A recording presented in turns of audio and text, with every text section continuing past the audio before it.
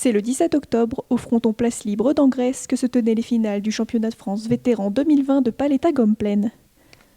Ce sont tous d'anciens très bons joueurs et qui ont eu la chance de pouvoir continuer.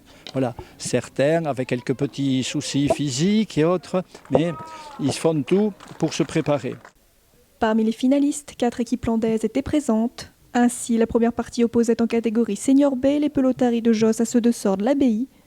Partie remportée par les Jossais 35-29. Cette partie a été relativement difficile parce qu'il a fallu courir beaucoup. Voilà, donc le petit souci, c'est que nous avons fait des fautes directes. On n'est pas habitué à faire des fautes directes, on est plutôt réputé pour ne pas faire de fautes.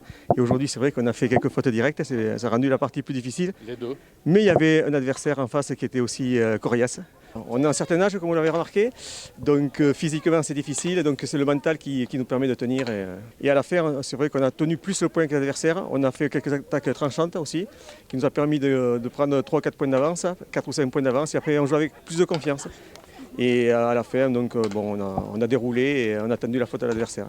Ce que moi je souhaite, c'est qu'on soit encore l'année prochaine sur les frontons, puisque ça fait plus de 30 ans qu'on joue ensemble. Et si on pouvait encore faire une année de plus, ça serait bien. Surtout se faire plaisir. Voilà, le but, il est là. À la suite de cette partie, les écureuils Seignossais avaient affronté Sarbazan en National B. Victoire remportée par Seignos 35-25. C'est toujours compliqué d'entamer une finale parce qu'il y a un peu de stress, un peu de pression. Moi, en plus, je suis à domicile, étant le président du club ici, donc il y avait du monde pour nous encadrer, nous encourager. Mais voilà, tout s'est bien passé. On a assez vite tenu le score, pris quelques points d'avance, ce qui permet de jouer un peu plus facilement, un peu plus aisément. Et voilà, c'est un pur bonheur. C'est vraiment que du bonheur. Depuis le début du championnat, on est invaincu et voilà, on s'est fait plaisir sur chaque partie. Et cette finale est encore d'autant plus belle, quoi. Je veux dire qu'on s'est quand même un peu compliqué la tâche, je trouve, moi.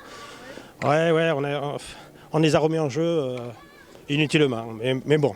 Une finale, il y a du stress, il y a de la pression des deux équipes. Et bon voilà, il y a eu beaucoup de fautes, on a tenté des points peut-être des fois un peu improbables. Moi j'ai tiré un peu trop souvent près de la ligne et fait quelques fautes que j'aurais pu jouer plus facilement et faire des points. On doit prendre un peu plus de marge. On doit prendre un peu plus de marge. C'est comme ça. Ouais. Voilà, le principal c'est de gagner cette finale, quoi.